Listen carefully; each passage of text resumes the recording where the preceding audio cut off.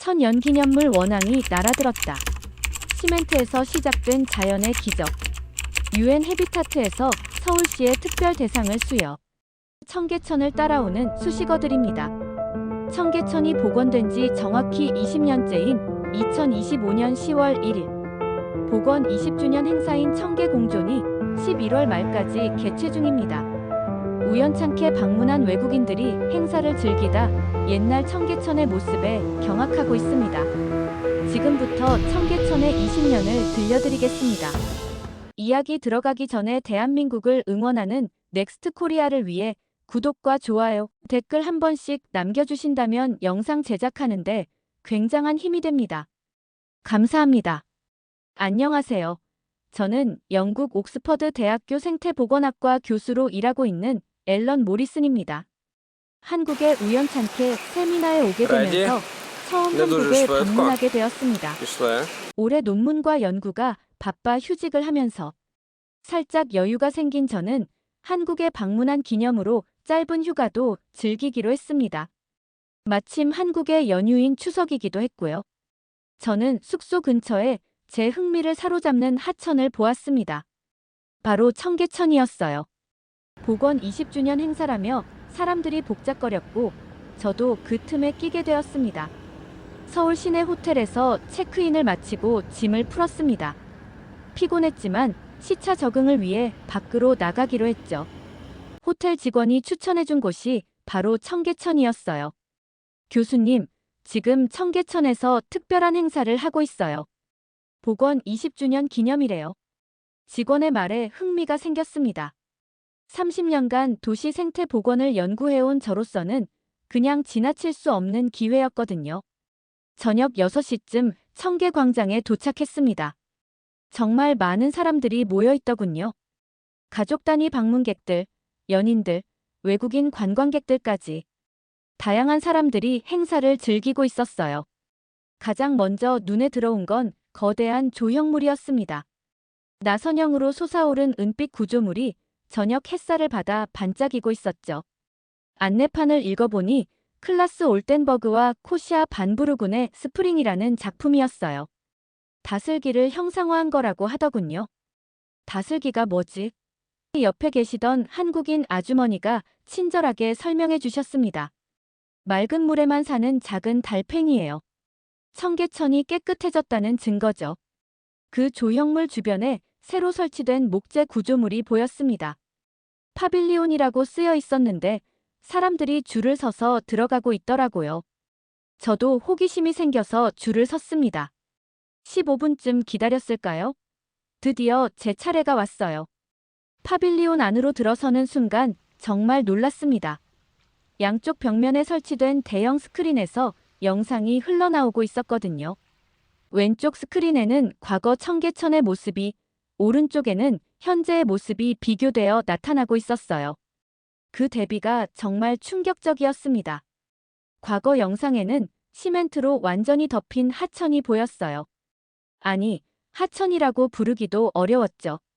그냥 거대한 고가도로 아래 어두운 공간일 뿐이었습니다. 오염된 하수가 흐르고 쓰레기가 쌓여 있고 사람들은 그저 바쁘게 지나다니기만 했어요. 이게 정말 20년 전 모습이라고 믿을 수가 없었습니다. 오른쪽 스크린의 현재 모습은 완전히 달랐어요. 맑은 물이 흐르고 사람들이 물가에 앉아 쉬고 있고 물고기들이 헤엄치는 모습까지 보였습니다. 이게 같은 장소란 말인가? 옥스퍼드에서 30년간 도시 생태 복원 사례들을 연구해왔지만 이렇게 극적인 변화는 처음 봤어요. 스크린 아래에는 복원 과정을 설명하는 패널들이 설치되어 있었습니다. 2005년 복원 시작, 고가도로 철거, 하천 설계, 수질 개선 과정. 모든 게 체계적으로 기록되어 있었어요. 특히 인상적이었던 건 시민 참여 부분이었습니다. 시민들이 직접 관리했다고 파빌리온을 나와서 청계천을 따라 걷기 시작했습니다. 저녁이었지만 여전히 많은 사람들이 산책하고 있었어요. 물소리가 정말 평화로웠고 도심 한복판이라는 게 믿기지 않을 정도로 조용했습니다. 가끔 물고기들이 물 위로 튀어오르는 소리가 들렸죠. 200m쯤 걸었을까요? 또 다른 조형 작품이 나타났습니다. 금박이 입혀진 커다란 바위 같은 조형물이었는데 주변에 사람들이 모여 있었어요. 안내판을 읽어보니 이수경 작가의 그곳에 있었다. 청계천 2025라는 작품이었습니다. 북악산 두꺼비 바위를 형상화했다고 하더군요. 청계천 물줄기의 시작점이라는 설명이 있었어요. 금박으로 장식된 표면이 저녁 조명을 받아 은은하게 빛나고 있었습니다. 작품 주변에서는 조용한 음악이 흘러나오고 있었죠. 그때 한 할아버지가 그 작품 앞에서 눈물을 흘리고 계시는 걸 봤습니다. 손으로 눈가를 닦으시면서 작품을 바라보고 계셨어요. 뭔가 깊은 감정이 느껴졌습니다. 저도 모르게 다가가서 말을 걸었어요. 할아버지, 괜찮으세요? 할아버지가 저를 보시더니 미소를 지으셨습니다. 괜찮아요. 그냥 20년 전이 생각나서요. 할아버지의 목소리가 떨리고 있었어요. 20년 전이요? 네, 청계천이 복원되던 때 말이에요. 내가 여기서 매일 청소했거든요. 그 말씀을 듣는 순간 가슴이 뭉클했습니다. 할아버지께서 자원봉사를 하셨나요? 그렇죠. 처음에는 아무도 안 믿었어요. 여기에 물고기가 살 거라고, 사람들이 찾아올 거라고. 할아버지의 눈빛에서 20년의 세월이 느껴졌습니다. 많이 힘드셨겠어요. 힘들었죠. 특히 처음 5년은 정말 힘들었어요. 매일 나와서 청소하고 관리해도 별로 변화가 없는 것 같았거든요. 할아버지가 금박 바위를 쓰다듬으시며 말씀하셨어요. 하지만 포기하지 않았어요. 언젠가는 이 하천이 살아날 거라고 믿었거든요. 할아버지와 이야기를 나누면서 청계천 복원이 단순한 토목 공사가 아니라는 걸 깨달았습니다.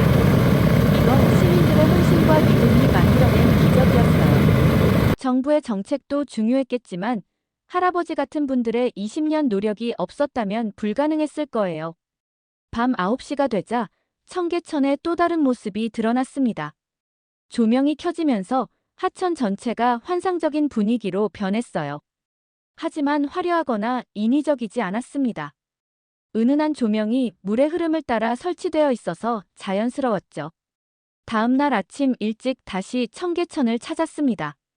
새벽 6시쯤이었는데 벌써 사람들이 나와 있더군요. 조깅하는 사람들, 산책하는 어르신들, 그리고 청소하는 자원봉사자들까지. 도시가 깨어나는 모습이 정말 아름다웠어요. 물가에 앉아서 한참 하천을 관찰했습니다. 맑은 물속으로 작은 물고기들이 헤엄치는 게 보였어요. 전문가의 눈으로 봐도 수질이 정말 좋았습니다. 이 정도 수질이라면 2등급은 되겠는데. 호기심이 생겨서 간이 측정 도구를 꺼냈어요. 용존 산소량을 측정해보니 리터당 8mg이 넘었습니다. 산성도도 7.15 중성에 가까웠고 탁도도 매우 낮았어요. 이건 정말 놀라운 수준인데 런던의 템즈강이나 파리의 센강과 비교해도 전혀 뒤지지 않는 수질이었습니다. 오전 8시쯤 되자 청계천을 따라 걸으며 행사장을 둘러보기 시작했습니다. 청계광장에서 광교까지 여러 작품들이 설치되어 있다는 안내판을 봤거든요.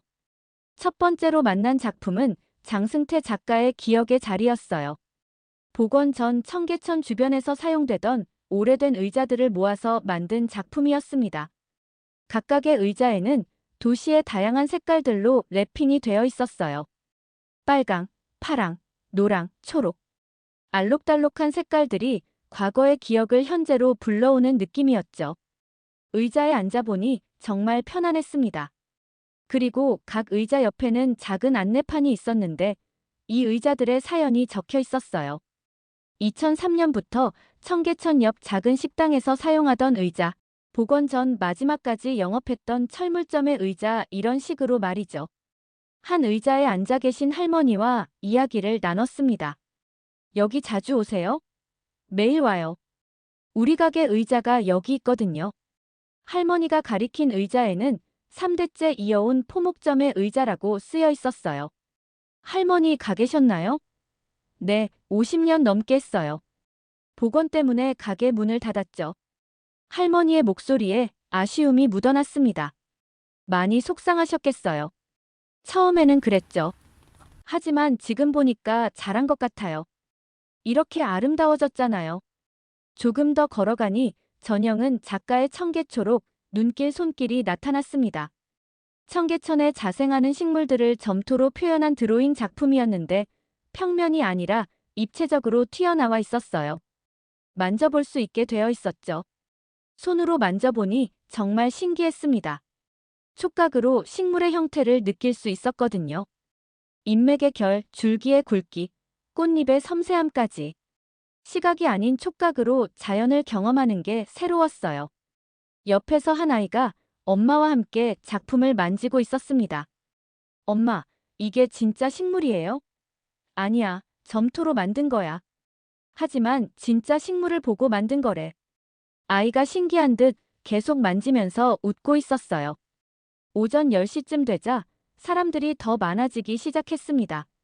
주말이라서 그런지 가족 단위 방문객들이 많았어요.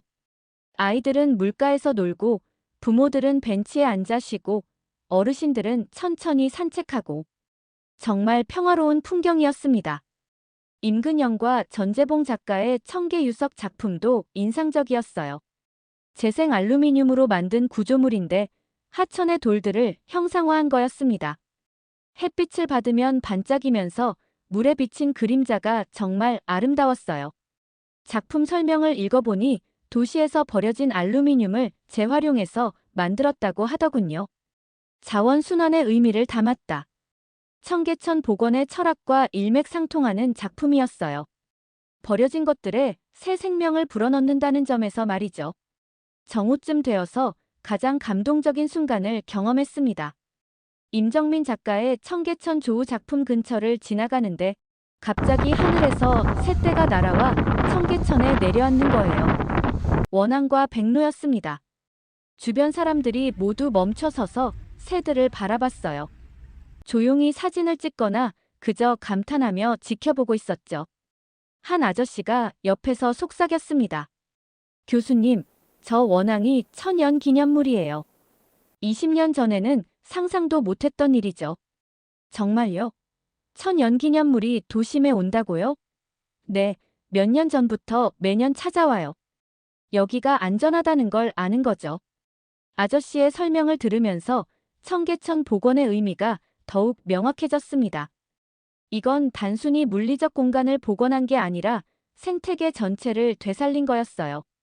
원앙들이 물에서 헤엄치는 모습을 한참 바라봤습니다. 암컷과 수컷이 짝을 이뤄 다정하게 헤엄치고 가끔 물속으로 고개를 넣어 먹이를 찾고 다시 물 위로 올라오는 모습. 완전히 자연스러운 행동이었어요.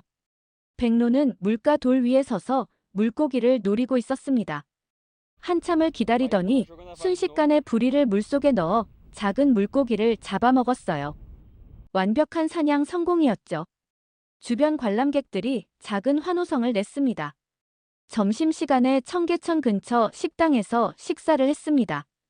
식당 주인 아주머니와 이야기를 나누게 되었는데 청계천 복원이 장사에 어떤 영향을 미쳤는지 물어봤어요. 완전히 달라졌죠. 예전에는 손님이 별로 없었는데 지금은 관광객들도 많이 오고. 복원 전에는 어땠나요? 사람들이 잘 안 왔어요. 냄새도 나고 지저분했거든요. 특히 여름에는 정말 힘들었어요. 아주머니가 창밖 청계천을 바라보며 말했습니다. 지금은 창문 열어놓고 장사할 수 있어요. 물소리 들으면서요. 오후에는 청계천 관리 시스템에 대해 알아보기로 했습니다. 서울시 환경정책과를 방문해서 담당자를 만났어요. 박민준이라는 젊은 공무원이 친절하게 설명해 주었습니다. 교수님, 청계천 관리의 가장 큰 특징은 시민 참여예요. 구체적으로 어떻게 참여하나요? 여러 가지 방법이 있어요. 자원봉사로 청소하시는 분들, 수질 모니터링 하시는 분들, 생태 관찰하시는 분들. 박민준이 컴퓨터 화면을 보여주며 설명했습니다. 현재 등록된 자원봉사자만 1200명이 넘어요. 1200명이라는 숫자에 놀랐습니다. 모두 자발적으로 참여하는 건가요? 네, 아무런 보상 없이 순수하게 봉사하시는 분들이에요. 어떤 분들은 20년간 한 번도 빠지지 않고 나오세요. 박민준의 말에서 자부심이 느껴졌습니다. 저녁에 다시 청계천을 찾았습니다. 해가 지면서 또 다른 모습을 보고 싶었거든요. 조명이 켜지기 시작하면서 청계천이 환상적으로 변했어요. 하지만 과하지 않았습니다. 은은한 빛이 물의 흐름을 따라 흐르고 있었죠. 셋째 날부터는 본격적으로 청계천에 대한 학술적 조사를 시작했습니다. 옥스퍼드에서 가져온 전문 측정 장비들을 꺼내서 여러 지점의 수질을 분석하기 시작했어요. 상류, 중류, 하류를 나눠서 각각 5개씩 총 15개 지점을 선정했습니다. 새벽부터 시작한 측정 작업은 오전 내내 이어졌어요. 각 지점마다 용존 산소량, 산성도, 생물학적 산소 요구량, 화학적 산소 요구량, 부유물질, 대장균수 모든 항목을 꼼꼼히 측정했습니다. 30년 경력의 전문가로서 정확한 데이터가 필요했거든요. 측정 결과가 정말 놀라웠습니다. 15개 지점 모두에서 일관되게 좋은 수질이 나왔어요. 특히 상류 지역은 1등급 수질에 근접한 수준이었고 하류로 갈수록 조금씩 낮아지지만 그래도 2등급은 유지되고 있었습니다. 이건 정말 특별한 사례야. 물속 생태계도 관찰했습니다. 수중 카메라를 여러 지점에 설치해서 물고기들의 행동을 촬영했어요. 쉬리, 피라미, 갈견이, 붕어, 잉어. 다양한 어종들이 서식하고 있었습니다. 특히 쉬리는 맑은 물에서만 산다는 민감한 종인데 여러 구역에서 발견되었어요. 정오쯤 되자 한 자원봉사자분이 다가오셨습니다. 무슨 조사하시는 거예요? 수질과 생태계를 측정하고 있습니다. 저는 영국에서 온 생태보건 연구자예요. 아, 그러시구나. 우리 청계천 어때요? 질문하시는 분의 눈빛에서 자부심과 기대가 느껴졌어요. 정말 놀랍습니다. 이 정도 수질을 도심에서 유지하는 건 쉽지 않은 일이거든요. 제 대답에 자원봉사자분이 환하게 웃으셨습니다. 우리가 20년간 지켜온 보람이 있네요. 20년이요? 네, 저도 보건 초기부터 봉사해왔어요. 이영이라고 소개해주신 그분은 정말 대단하셨습니다. 20년간 주 3회씩 나와서 수질 모니터링을 해오셨다는 거예요.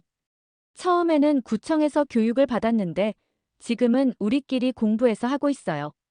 어떤 항목들을 측정하세요? 산성도, 탁도, 수온 같은 기본적인 것들이요. 이영희 씨가 보여주신 기록장에는 날짜별로 측정값들이 빼곡히 적혀 있었습니다. 7년치 기록이었는데 정말 한 번도 빠짐없이 작성되어 있더군요. 이거 정말 대단한 자료네요. 학술 연구에도 충분히 활용될 수 있어요. 제 말에 이영희 씨가 수줍게 웃으셨습니다. 오후에는 옥스퍼드 동료들과 화상회의를 했습니다. 지금까지 수집한 데이터를 공유하면서 중간 보고를 하려고 했거든요. 학과장 데이비드 톰슨을 비롯해 5명의 동료들이 참여했어요. 여러분, 정말 놀라운 사례를 발견했습니다. 제 발표를 시작했어요. 측정 데이터를 화면에 띄우면서 설명했죠. 청계천의 수질은 2등급 수준을 안정적으로 유지하고 있고 생물 다양성도 매우 높습니다. 하지만 동료들의 반응은 예상과 달랐어요. 앨런, 좀 이상적으로 보이는데? 생태학과 부교수 제임스 윌슨이 먼저 의문을 제기했습니다. 도심 한복판에서 이 정도 수질을 유지한다는 게 가능할까? 제가 직접 측정한 겁니다. 15개 지점에서 모두 일관된 결과가 나왔어요. 혹시 한국 정부의 홍보에 영향받은 건 아냐? 데이비드 학과장의 질문이 날카로웠습니다. 아니에요. 독립적으로 조사했고 제 장비로 측정했어요. 하지만 측정 지점을 한국 측에서 안내해 준 거 아냐? 제임스가 또 질문했습니다. 제가 직접 선택한 지점들입니다. 조금 답답했어요. 분명히 객관적으로 조사했는데 동료들이 의심하고 있었거든요. 특히 쉬리라는 한국 고유종이 자연 번식하고 있다는 게 정말 놀라운 발견이에요. 잠깐 쉬리. 런던에서 템즈강 복원 프로젝트를 담당했던 제임스가 끼어들었습니다. 그 민감한 종이 도심 하천에 산다고? 인위적으로 방류한 거 아냐? 행정 기록을 확인했는데 방류 예산이 전혀 없었어요. 기록이야 얼마든지 조작할 수 있잖아. 제임스의 말에 다른 동료들도 고개를 끄덕였어요. 앨런, 내가 너무 감정적으로 접근하는 것 같은데. 감정적이 아니라 과학적으로 접근하고 있어요. 화상회의가 끝나고 나니 정말 기분이 좋지 않았습니다. 30년간 함께 연구해온 동료들이 제 전문성을 의심하고 있다는 게 서운했어요. 내가 뭘 잘못한 거지? 하지만 확신은 있었습니다. 청계천은 분명 특별한 사례였거든요. 저녁에 다시 청계천을 찾았을 때 김철수 할아버지를 우연히 만났습니다. 교수님, 또 오셨네요? 네, 할아버지. 연구 중이에요. 그래요? 우리 청계천 연구할 만하죠?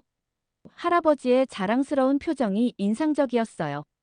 할아버지, 혹시 복원 과정에서 힘들었던 점 말씀해 주실 수 있나요? 많았죠. 특히 처음 5년은 정말 힘들었어요. 할아버지가 벤치에 앉으시며 천천히 이야기를 시작하셨습니다. 매일 나와서 청소하고 관리했는데도 물고기가 안 보이는 거예요. 그래도 포기하지 않으신 이유가 있나요? 믿음이 있었어요. 언젠가는 물고기들이 돌아올 거라는 믿음. 할아버지의 눈빛이 반짝였습니다. 그리고 정말로 5년째 되던 해에 첫 쉬리를 발견했어요. 그때 정말 눈물이 났어요. 그 감동이 어땠을지 상상이 가네요. 그때부터 확신했어요. 아, 우리가 제대로 가고 있구나 하고요. 할아버지가 청계천을 바라보며 말씀하셨습니다. 그 후로는 점점 물고기들이 늘어났어요. 쉬리뿐만 아니라 다른 종들도요. 밤늦게 호텔로 돌아와서 동료들의 의심에 대해 계속 생각했습니다. 어떻게 하면 그들을 설득할 수 있을까? 더 많은 데이터가 필요했어요. 더 객관적이고, 더 과학적이고, 더 확실한 증거들이 말이죠. 다음 날 새벽부터 추가 조사를 시작했습니다. 이번에는 시민 참여 시스템에 초점을 맞췄어요. 자원봉사자들이 어떻게 조직되어 있고, 어떤 활동을 하고, 어떤 교육을 받는지 모든 걸 체계적으로 파악하려고 했습니다. 청계천 시민참여센터를 방문했어요. 센터장 박현수 씨가 반갑게 맞아주었습니다. 교수님, 환영합니다. 청계천에 관심 가져주셔서 감사해요. 센터에서는 어떤 일들을 하시나요? 자원봉사자 교육, 활동 조율, 데이터 관리 같은 일들이죠. 박현수 센터장이 보여준 자료들이 정말 인상적이었습니다. 자원봉사자 명단, 활동 기록, 교육 커리큘럼, 수질 측정 데이터. 모든 게 체계적으로 정리되어 있었어요. 이 자료들을 연구에 사용해도 될까요? 물론이죠. 공개된 자료니까요. 오후에는 서울시 수자원관리과를 방문했습니다. 청계천의 수질 관리 시스템에 대해 알아보려고 했거든요. 과장 이수진 씨가 상세하게 설명해 주었어요. 청계천물은 한강에서 끌어와요. 하지만 단순히 끌어오기만 하는 게 아니라 정수 과정을 거칩니다. 어떤 정수 과정인가요? 1차 침전, 역과, 자외선 살균. 여러 단계를 거쳐요. 그리고 유입된 후에도 지속적으로 모니터링합니다. 이수진 과장이 컴퓨터 화면을 보여주며 설명했습니다. 실시간으로 수질을 체크하고 있어요. 저녁에 데이터를 정리하면서 확신이 더 강해졌습니다. 청계천은 정부의 체계적 관리와 시민들의 자발적 참여가 완벽하게 결합된 사례였어요. 이런 모델은 세계 어디에도 없었습니다. 나흘째 되는 날, 정말 중요한 만남이 있었습니다. 서울대학교 환경대학원 교수이자 청계천 보건자문위원을 지내신 최민호 교수님을 만나게 된 거예요. 청계천 복원 초기부터 참여하셨던 분이라 정말 귀중한 증언을 들을 수 있었습니다. 모리슨 교수님, 반갑습니다. 청계천에 관심 가져주셔서 감사합니다. 최민호 교수님이 따뜻하게 맞아주셨어요. 교수님, 복원 초기 상황이 정말 궁금합니다. 많은 분들이 그때를 궁금해하시죠. 사실 쉽지 않은 여정이었어요. 최민호 교수님의 연구실 벽에는 청계천 복원 과정 사진들이 가득했습니다. 공사 전 모습, 고가도로 철거 과정, 하천 설계 단계, 물을 처음 흘려보낸 순간. 모든 과정이 기록되어 있었어요. 2005년 시작할 때만 해도 정말 걱정이 많았습니다. 어떤 걱정들이셨나요? 가장 큰 고민은 생태계 복원이 정말 가능할까 하는 거였어요. 50년 넘게 시멘트로 덮여 있었던 곳이잖아요. 최민호 교수님이 과거 사진을 가리키며 설명하셨습니다. 하지만 우리는 단순히 물을 흘려보내는 게 아니라 진짜 하천을 만들고 싶었어요. 구체적으로 어떤 방법을 사용하셨나요? 가장 중요했던 건 과거 청계천의 지형을 최대한 복원하는 거였어요. 교수님이 설계 도면을 꺼내 보여주셨습니다. 여울을 만들고 소를 조성하고 자갈을 깔고 자연 하천의 구조를 재현하려고 노력했죠. 설계 도면을 보니 정말 세밀했습니다. 물의 깊이, 유속, 바닥 재질, 식생 배치. 모든 게 계산되어 있었어요. 이 정도로 정밀하게 설계했군요. 네, 그래야 물고기들이 살 수 있으니까요. 처음부터 생태 복원을 목표로 했거든요. 시민들의 반응은 어땠나요? 처음에는 회의적이셨죠.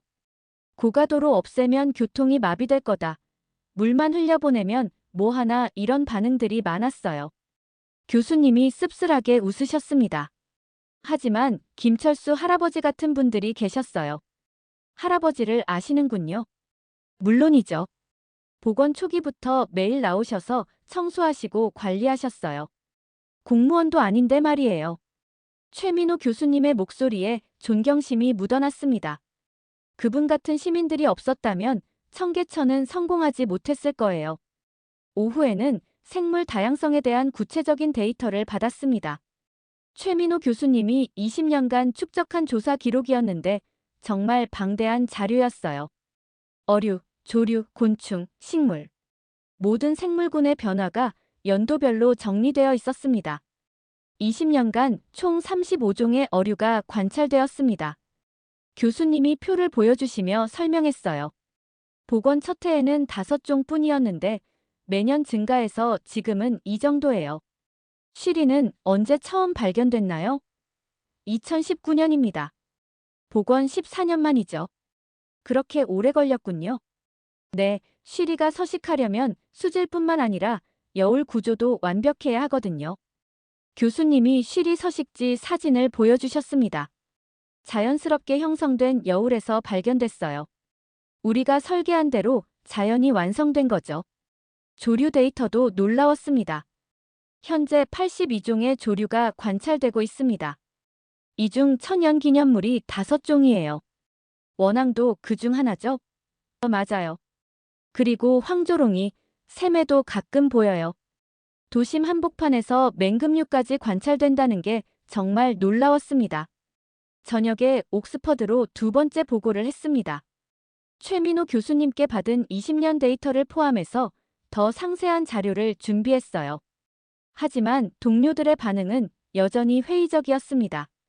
앨런, 데이터가 너무 완벽해 보여. 데이비드 학과장이 말했어요. 20년간 이렇게 꾸준히 좋아진다는 게 현실적으로 가능할까? 한국 측 학자들이 제공한 데이터라서 그런 거 아냐? 제임스가 또 의심했습니다. 이건 서울대학교 환경대학원의 공식 연구 데이터예요. 국제학술지에도 여러 번 발표된 자료들이고요. 제 설명에도 동료들은 고개를 가로저었어요. 그래도 믿기 어려워. 너무 이상적이야. 그럼 직접 와서 보시죠. 제 목소리가 커졌습니다. 제가 거짓말하고 있다고 생각하세요? 그건 아니지만. 데이비드 학과장이 난처한 표정을 지었어요. 앨런, 내가 좀 감정적으로 접근하는 것 같아. 화상회의가 끝나고 정말 화가 났습니다. 30년간 쌓아온 신뢰가 무너지는 느낌이었어요. 동료들이 제 전문성을 의심하고 있다는 게 너무 억울했습니다. 내가 뭘 더 증명해야 하는 거지? 밤늦게 청계천을 홀로 걸었습니다. 조용한 밤이었는데 물소리만 들리고 있었어요. 벤치에 앉아서 한참을 생각했습니다. 정말 내가 객관성을 잃은 걸까? 아니면 동료들이 편견을 가진 걸까? 그때 경비를 서는 자원봉사자를 만났습니다. 윤기석 씨라고 소개하시는 50대 남성이었어요. 이렇게 늦게까지 뭐 하세요? 그냥 생각 좀 하고 있어요. 무슨 고민 있으세요? 윤기석 씨와 이야기를 나누면서 조금 마음이 편해졌습니다. 저는 10년째 야간 순찰을 하고 있어요. 일주일에 이틀씩요. 힘들지 않으세요? 전혀요. 오히려 보람 있어요. 우리 동네를 우리가 지킨다는 게 자랑스러워요. 가족들은 뭐라고 하세요? 처음에는 왜 그런 일을 하냐고 했죠. 하지만 지금은 안 해도 같이 봉사해요. 윤기석 씨가 환하게 웃었습니다. 딸아이도 자랑스러워해요. 우리 아빠가 청계천 지킨다고요. 다음 날 아침 중요한 결정을 내렸습니다. 옥스퍼드 학과장에게 이메일을 보낸 거예요. 데이비드, 청계천 사례를 제대로 연구하려면 더 시간이 필요합니다. 한 달 더 머물겠습니다. 보내고 나니 불안했지만 이게 맞다는 확신도 있었어요. 오전에 서울시청을 방문해서 보건 관련 모든 행정 자료를 요청했습니다. 예산 집행 내역, 공사 기록, 유지관리 보고서, 모든 문서를 확인하고 싶었어요. 투명하게 공개된다면 의심의 여지가 없을 테니까요. 담당 공무원 정민수 씨가 친절하게 도와주었습니다. 교수님, 저희는 모든 자료를 공개하고 있어요. 정보 공개 청구하시면 됩니다. 시간이 얼마나 걸리나요? 일주일 정도요. 하지만 급하시면 제가 먼저 보여드릴 수 있는 것들을 준비할게요. 며칠 후 받은 자료들이 정말 방대했습니다. 2005년부터 2025년까지 20년간의 모든 기록이었어요. 공사비 지출, 수질 관리 비용, 시설 유지비, 모든 항목이 상세하게 기록되어 있었습니다. 특히 주목한 건 물고기 관련 예산이었어요. 인위적으로 방류했다면 분명 예산이 있을 텐데 단 한 건도 없었습니다. 역시 자연적으로 돌아온 게 맞아. 이 자료만으로도 충분한 증거였어요. 닷새째, 정말 결정적인 발견을 하게 되었습니다. 청계천 복원 전후의 범죄율 통계를 입수한 거예요. 서울 중부경찰서에서 제공한 자료였는데 정말 놀라운 변화가 기록되어 있었습니다. 경찰서 형사과장 김동현 씨와 만나서 자세한 설명을 들었어요. 교수님, 청계천 복원 전후로 이 지역 범죄율이 확연히 달라졌습니다. 구체적으로 어떻게 달라졌나요? 전체 범죄가 60% 감소했어요. 특히 성범죄는 80% 이상 줄었고요. 그래프로 보여주는 데이터가 정말 명확했습니다. 복원 전인 2004년에는 이 지역 범죄 발생 건수가 연간 1,200건이었는데 2024년에는 480건으로 줄어들었더군요. 이건 단순한 환경 개선을 넘어서는 변화네요. 맞습니다. 환경이 좋아지니까 사람들이 많이 다니게 됐고 자연스럽게 자연감시 효과가 생긴 거죠. 김동현 과장이 설명했습니다. 특히 밤 시간대 여성 보행자가 300% 증가했어요. 안전하다고 느끼시니까요. 야간 순찰은 어떻게 운영되나요? 공식 경찰 순찰도 있지만 시민 자원봉사자들의 역할이 더 큽니다. 김동현 과장이 순찰 일정표를 보여주었어요. 매일 밤 3개 팀이 교대로 순찰해요. 모두 자원봉사자들이죠. 오후에는 청계천 주변 부동산 가격 변화도 조사했습니다. 복원 전과 비교해서 평균 200% 이상 상승했더군요. 하지만 단순한 가격 상승이 아니라 주거 환경의 질적 변화가 있었어요. 사람들이 살고 싶어하는 동네가 된 거죠. 부동산 중개업소 사장 이정희 씨와 이야기를 나눴습니다. 복원 전에는 이 동네가 인기 없었어요. 시끄럽고 공기도 나쁘고 치안도 불안했거든요. 지금은 완전히 달라졌겠네요. 네, 지금은 분양 나오면 바로 완판이에요. 특히 청계천 뷰가 있는 곳은 프리미엄이 붙어요. 저녁에 옥스퍼드에서 긴급 연락이 왔습니다. 데이비드 학과장이었어요. 앨런, 당장 귀국해. 학교 측에서 내 연구에 문제를 제기하고 있어. 무슨 문제요? 내가 너무 한국 편향적이라는 거야. 객관성을 잃었다고. 하지만 저는 과학적으로 조사하고 있어요. 그래도 데이터가 너무 완벽해 보여. 동료들이 내 논문 심사를 거부하겠대. 가슴이 철렁했습니다. 학 과장님, 일주일만 더 주세요. 확실한 증거를 가져올게요. 안 돼. 당장 돌아와. 전화를 끊고 나니 정말 막막했습니다. 30년 학자 경력이 무너지는 순간이었어요. 그런데 더 충격적인 소식이 기다리고 있었습니다. 제임스가 보낸 이메일이었는데 옥스퍼드 동료들이 제 연구를 비판하는 논문을 준비하고 있다는 거예요. 앨런 모리슨의 과도한 한국 편향, 객관성을 잃은 연구자의 사례 연구 같은 제목들이었습니다. 제가 주제였어요. 30년 동료들이 저를 공격하고 있었습니다. 이럴 수가. 밤늦게 아내 캐서린에게서 전화가 왔습니다.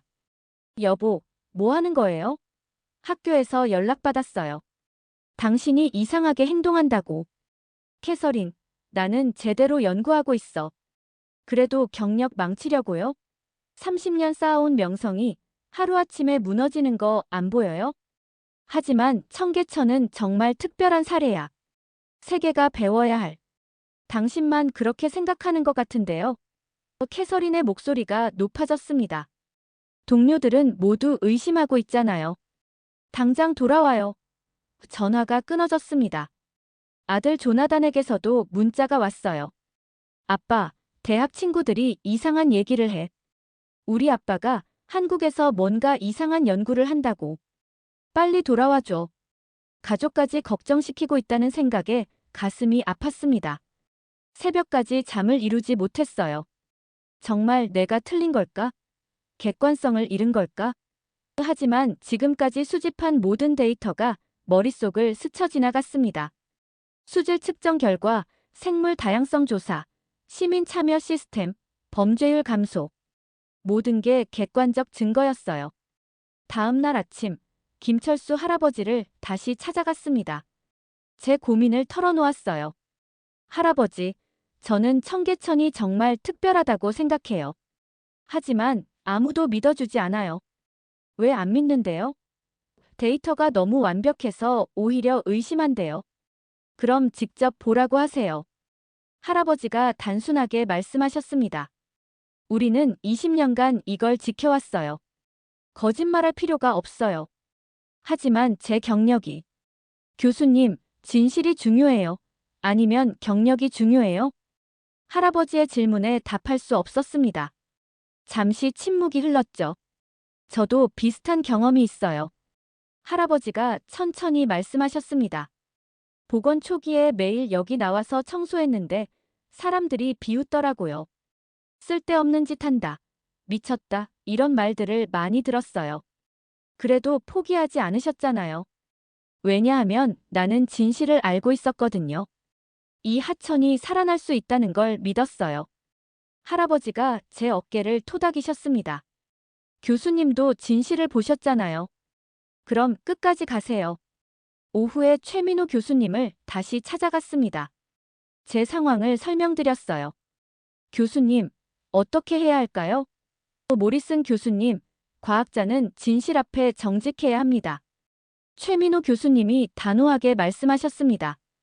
하지만 제 경력이 끝날 수도 있어요. 그래도 거짓말은 안 되죠. 교수님이 연구실 책장에서 두꺼운 파일을 꺼내셨어요. 20년간 우리가 축적한 모든 연구 데이터입니다. 국제학술지 논문들, 학회 발표 자료들, 정부 보고서들. 모두 여기 있어요. 파일을 넘기면서 정말 방대한 자료에 놀랐습니다. 서울대뿐만 아니라 연세대, 고려대, 카이스트. 한국의 주요 대학들이 모두 참여한 연구였어요. 그리고 외국 학자들의 논문도 있었습니다. 독일, 프랑스, 일본. 이미 여러 나라에서 청계천을 연구하고 있었던 거예요. 이 자료들을 가져가세요. 최민호 교수님이 말씀하셨습니다. 그리고 옥스퍼드 동료들에게 보여주세요.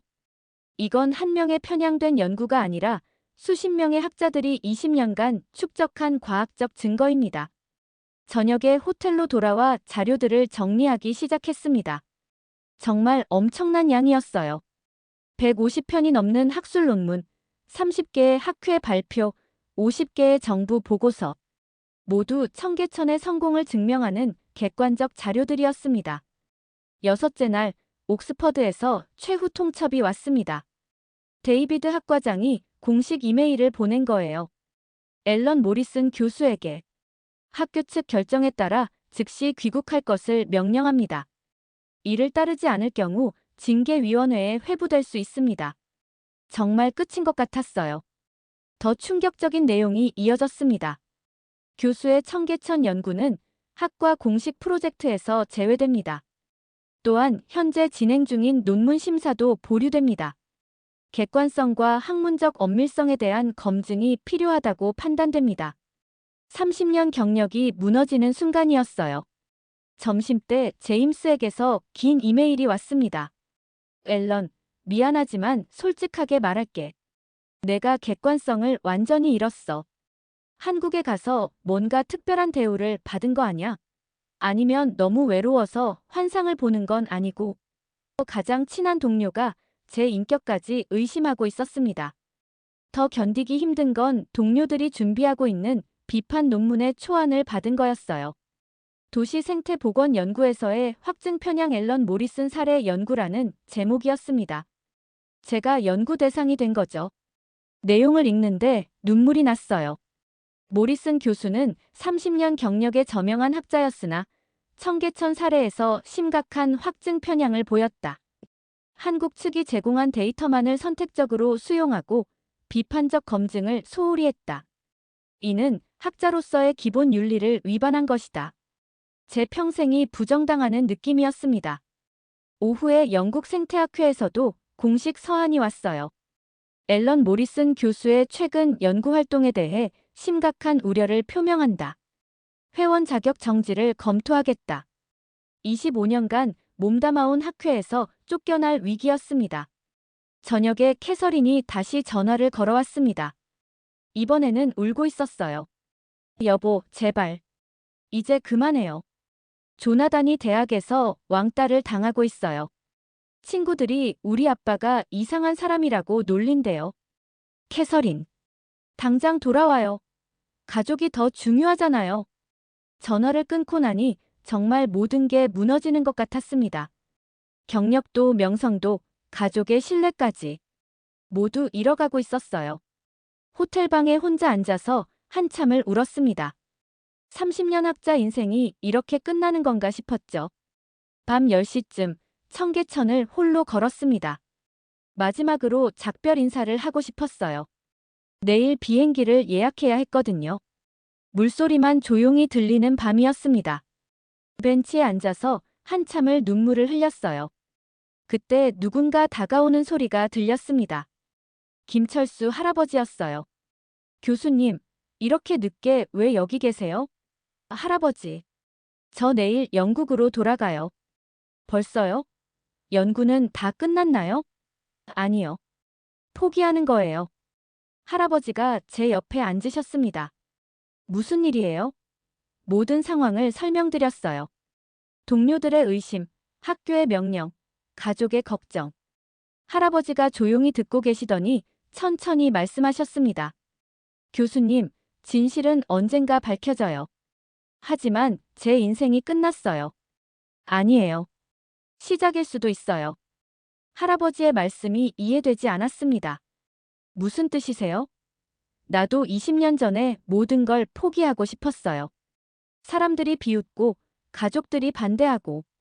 하지만 포기하지 않았죠. 지금은 상황이 달라요. 할아버지는 잃을 게 없으셨잖아요. 그래요. 나는 그냥 평범한 노인이었죠. 하지만 교수님은 학자잖아요. 진실을 찾는 게 학자의 사명 아닌가요? 할아버지의 질문에 할 말이 없었습니다. 다음 날 아침, 정말 뜻밖의 연락이 왔습니다. UN 해비타트 아시아 지부장 마이클 첸이었어요. 모리슨 교수님, 청계천 관련해서 연락드립니다. 어떻게 제 연락처를? 최민호 교수님께 들었습니다. 교수님이 어려운 상황이시라고요. 네, 사실 오늘 귀국하려고. 잠깐만 기다려주세요. 마이클 첸의 목소리가 진지했습니다. 저희 UN 헤비타트에서 청계천 사례를 공식 검증하고 싶습니다. 함께 하시겠습니까? 공식 검증이요? 네, 국제 전문가 팀을 구성해서 완전히 독립적으로 조사하는 겁니다. 하지만 제가 지금 교수님의 신뢰성 문제도 해결될 겁니다. UN 공식 검증이니까요. 마이클 첸이 설명했습니다. 이미 세계은행, 국제환경기구, 아시아개발은행에서 참여 의사를 밝혔어요. 일주일 안에 팀을 구성할 수 있습니다. 정말 예상치 못한 기회였습니다.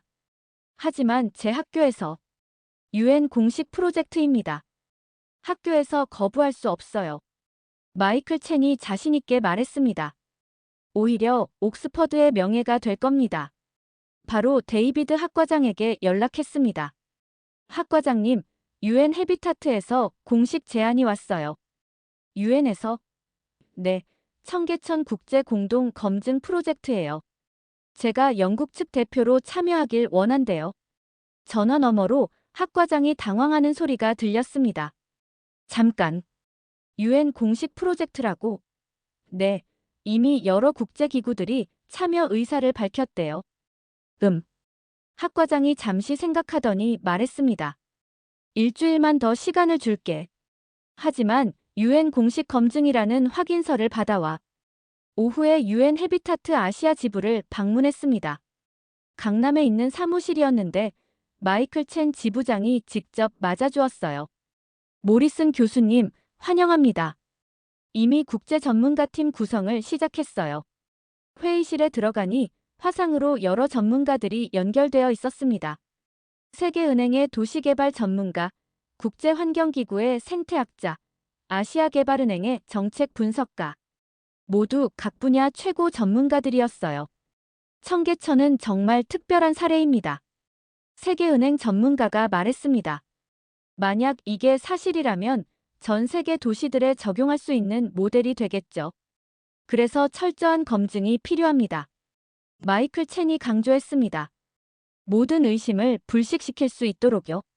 일주일 후 UN 헤비타트 국제검증팀이 공식적으로 서울에 도착했습니다. 총 12명의 전문가들로 구성된 팀이었어요. 세계은행에서 3명, 국제환경기구에서 4명, 아시아개발은행에서 2명, 그리고 UN 헤비타트에서 3명이었습니다.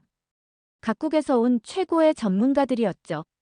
첫날 오전, 서울시청에서 공식 킥오프 미팅이 열렸습니다. 마이클 첸 지부장이 검증 계획을 발표했어요.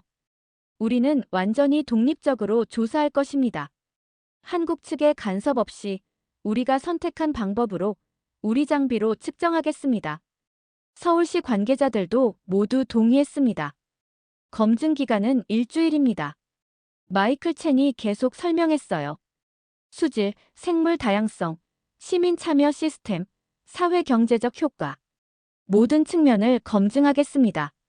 그리고 결과는 좋든 나쁘든 그대로 발표할 것입니다. 정말 공정한 검증이 될 거라는 확신이 들었어요. 첫 이틀은 수질과 생태계 조사에 집중했습니다. 국제환경기구의 수석 생태학자 사라 윌리엄스가 팀을 이끌었어요. 우리는 무작위로 지점을 선택하겠습니다.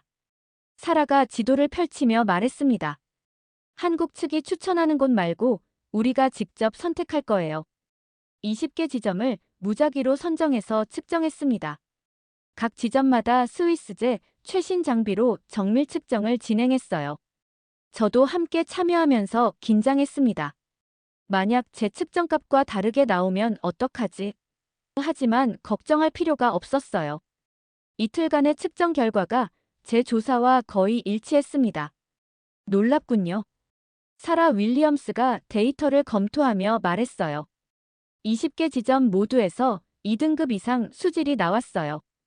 특히 상류 지역은 1등급에 근접하고요. 제 측정이 틀리지 않았군요. 안도의 한숨이 나왔습니다. 생물 다양성 조사도 진행되었습니다. 세계은행의 생물학자 데이비드 김이 수중 카메라와 그물을 이용해서 어종을 직접 포획했어요. 쉬리를 직접 확인하고 싶습니다. 데이비드가 말했습니다. DNA 샘플도 채취해서 분석하겠습니다. 오후에 정말 결정적인 순간이 왔습니다.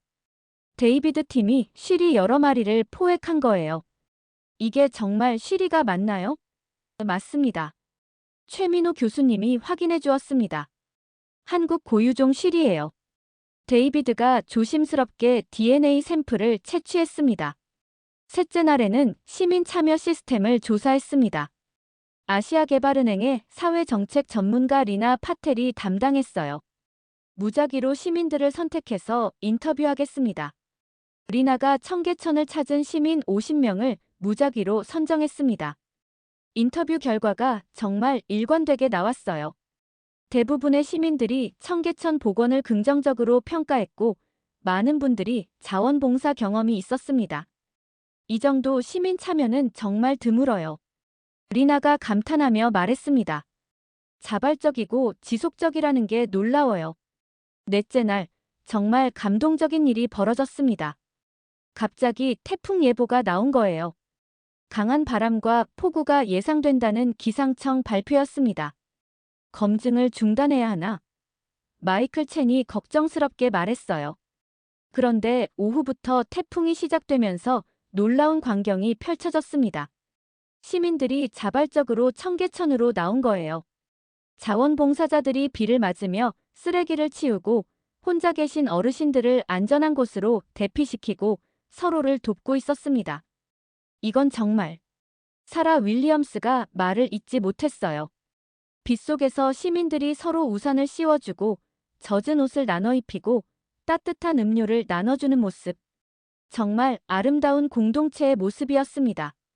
김철수 할아버지도 비를 맞으며 나오셨어요. 할아버지, 위험해요. 들어가세요. 제가 소리쳤습니다. 괜찮아요. 이럴 때일수록 청계천을 지켜야죠. 할아버지의 모습에 국제 전문가들이 모두 감동받았습니다. 이게 진짜 공동체의 힘이군요. 리나 파텔이 눈물을 글썽이며 말했어요.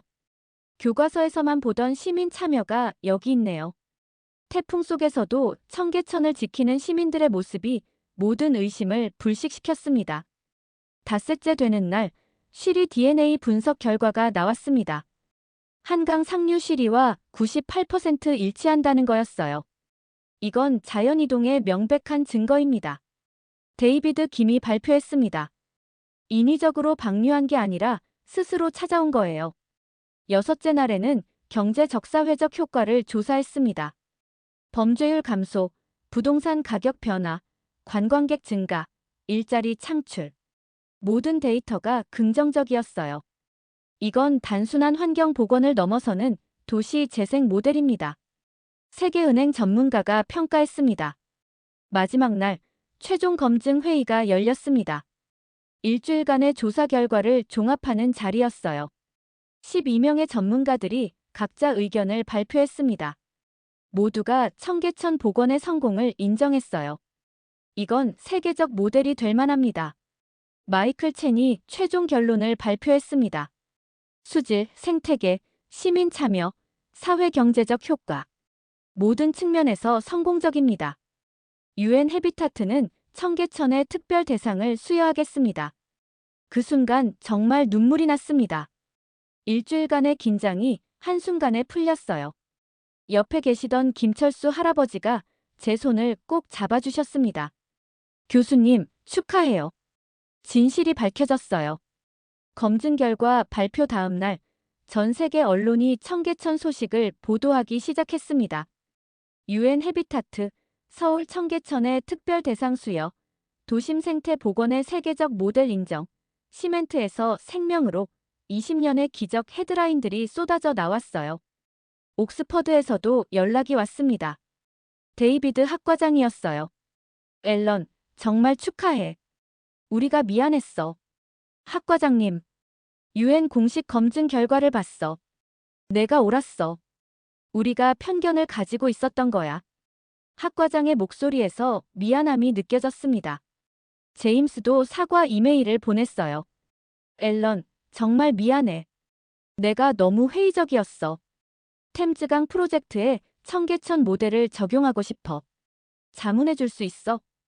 비판 논문을 준비했던 동료들도 모두 철회하겠다고 연락했습니다. 영국 생태학회에서도 공식 사과문을 발표했어요. 앨런 모리슨 교수의 연구에 대한 우려를 철회합니다. 오히려 그의 선구적 연구를 높이 평가합니다. 회원 자격 정지 검토도 당연히 취소되었죠. 가장 기뻤던 건 가족들의 반응이었습니다. 캐서린이 전화를 걸어왔어요. 여보, 뉴스 봤어요. 정말 자랑스러워요. 당신이 옳았어요. 미안해, 캐서린. 걱정 많이 시켰지? 아니에요. 이제 이해해요. 진실을 지키는 게 얼마나 어려운지. 조나단도 신나서 메시지를 보냈습니다. 아빠, 대학에서 완전 유명인이에요. 친구들이 우리 아빠 멋있다고 하는데요. 교수님들도 아빠 연구에 대해 물어봐요. 아들의 자랑스러워하는 목소리가 정말 듣기 좋았어요. 일주일 후 청계천에서 UN 헤비타트 특별 대상 수여식이 열렸습니다. 청계광장에 무대가 설치되었고 정말 많은 사람들이 모였어요. 서울시장, 환경부 장관, 국제기구 관계자들, 그리고 무엇보다 20년간 청계천을 지켜온 시민들이 함께했습니다. 마이클 첸 지부장이 단상에 올라 발표했습니다. 청계천은 단순한 하천 복원이 아닙니다. 이것은 도시와 자연, 정부와 시민, 과거와 미래가 공존하는 방법을 보여준 세계적 모델입니다. 박수 소리가 광장을 가득 채웠어요. 특히 주목할 점은 시민 참여입니다. 마이클 첸이 계속 말했습니다. 20년간 1200명이 넘는 시민들이 자발적으로 청계천을 관리했습니다.